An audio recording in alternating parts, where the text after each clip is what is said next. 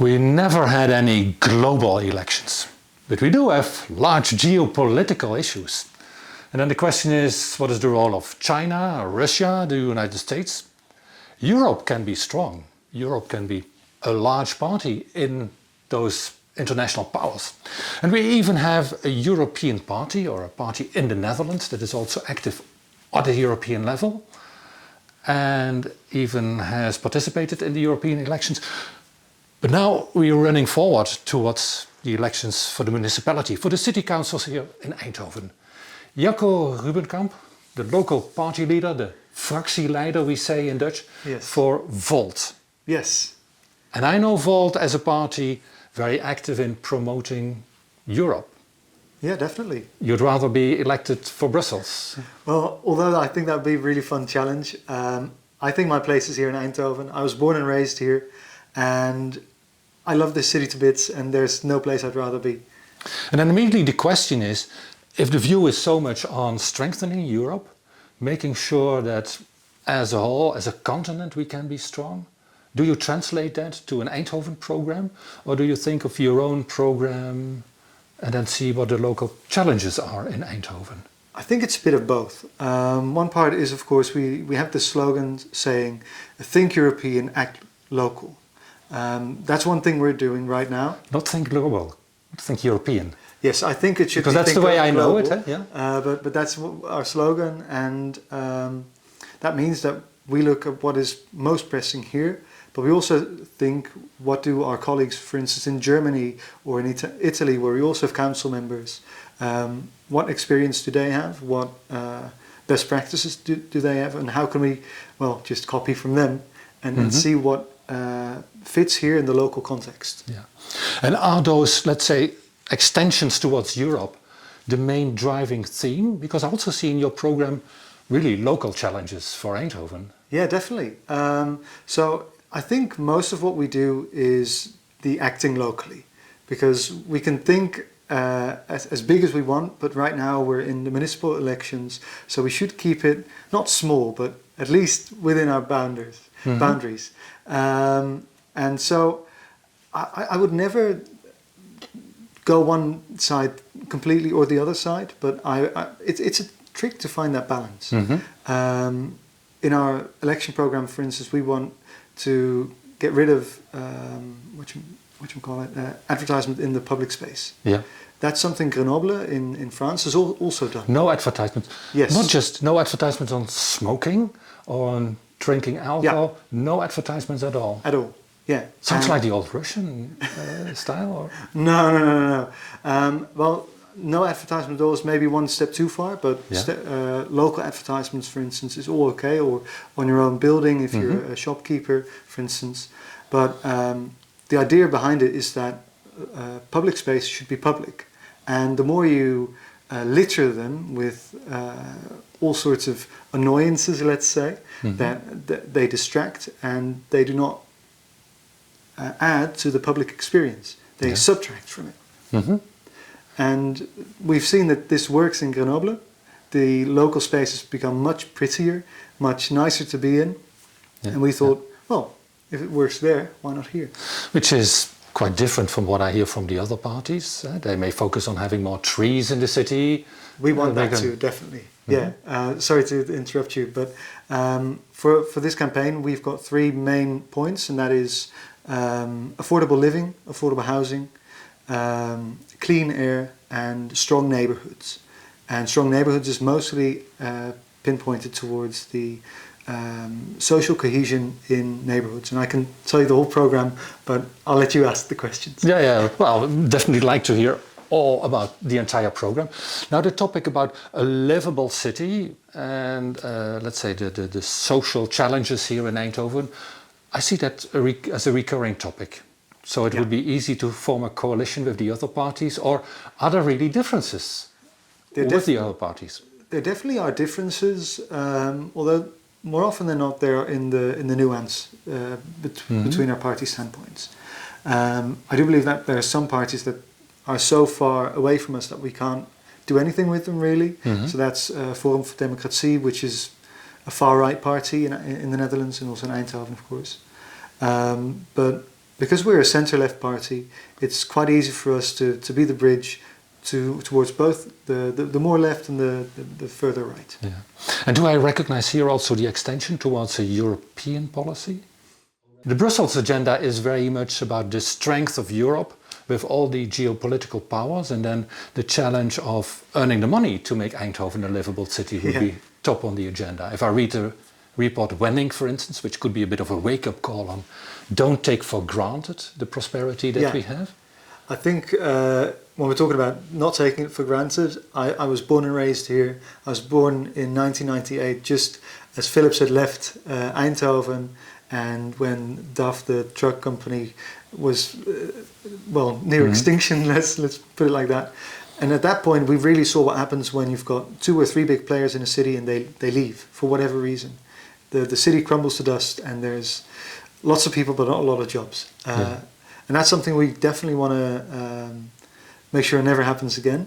But we do need to diversify from just ASML, video and DAF if we want to do that. So that, I think, is one of the biggest challenges for the coming 4 years, is making sure that other companies that also fit within the space of high tech, I think that is very important, because that's our DNA, together with design, that they want to come to Eindhoven and the Brainport region. Making the Brainport region flourish, making the Netherlands flourish, as Peter Bennick explains it, making Europe flourish, as probably Volt will explain it. Is that a tension with making Eindhoven a green, livable city? Is it a competition for money? With growth always comes pain. Certainly in an urban environment where there's already a lot of pressure on the housing market, but also on the green that we do have in the city. So a bit of history, of course, is that when Eindhoven was designed, it was really one of the few cities in the Netherlands that was really designed. When it was the 5 boroughs that came together as one city. Yeah, so you may see me looking a little bit surprised. Eindhoven by design, whereas it is just a collection of villages that were already there. But you see really definitely, the design. I forget the name of the architect, but there was a city architect who said there should be 3 green corridors through Eindhoven, and we're sitting alongside one, and that's the Dommel. Then we have one at the Genneperparken, and the other one is where the Wielerbaan and the Philips de Jong Park is. And those 3 corridors that kind of cross in the middle, those were designed. Those were thought up and thought that should make Eindhoven livable for now and then for the next century.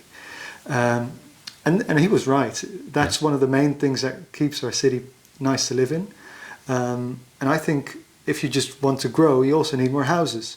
But you can't just build into this in height, because that also brings new challenges for instance, for safety. But also we've seen the large fires, and there are even many questions whether it is efficient, because the higher you go up, the larger the footprint must be to have all the elevators and the infrastructure in there. And the footprint in the literal sense, in the width and the length of the building, but also, of course, the carbon emissions. So what I would propose is don't just build into the sky, so to speak. That's a Dutchism, I think. But also see what you can do to repurpose what we already have. So we have a lot of office spaces that are sitting empty. That is just a shame. Build them into small housing units, preferably for students, because they often don't need the larger spaces that, for instance, families do. But also... Would Strijp S be an example of that? I think Strijp S is a very good example of how to do it, but also how not to do it, because there's a part of that which is just unaffordable unless you're in the very upper echelon. And I think that's a shame. Another way to repurpose the material we already have, it's not only just building new, but also seeing what we have and seeing how we can repurpose that. So about 65 years ago, we also had a housing crisis. And our government said, let's just split all the houses, lower floor, or on the ground floor, one housing unit, and the top floors another. And then you can make 2 houses out of one. Although if I look into what the national government is doing, we have many student houses, owned often by private people, who sometimes maintain them very well because it's their family property. There are also the huisjesmelkers who do not do that. But let's say that part of the rental market is gone because the private ownership of houses is becoming less and less attractive, and I see many student houses being changed into kicking the students out and selling it to one family. Yeah. So what we see in Eindhoven is that about 25% of Eindhoven inhabitants, Eindhovenaren, are families. So that means 75% are not. That is huge. That is huge, yeah, definitely. So I think that it shouldn't be too big a problem that all of a sudden there will be a run of families coming into the Eindhoven, because also that's not our DNA, and I think the market will not stand for that, because there's not that high of a demand. But getting back to that, 75% are just households of a single person. Is that the translation that I could make of it? Not per se single person. This also means just a couple living together, or in some cases, I'm going to try and find the English translation for this. Duurzaam samengestelde huishoudens. Previously that would be called a commune if you drive it to the extreme. But just people living together. People living together doing... Like a student house. Yes, but then for working folk. Let's just put it like that. But just if I project that on the internationals, so maybe we have the workers from Eastern Europe, often on their own. We have refugees, but we also have the sometimes called expats. I don't like that word because that suggests that they're not interested in the local politics, for instance. But the internationals who, let's say, if they come to this place, may want to set up a career here. They're also alive here, bring their family, get engaged in politics. And if then 75% is not, let's say, having a second family member, not a spouse, that would mean that we have a very fluid labor market. That's the friendly way of saying it, but also not a lot of continuity. So that may be a strong ambition as well for the city to make sure that Eindhoven is a nice place, not just for single people. Definitely, yeah. But the 75% also means people living together. So it doesn't mean only single people.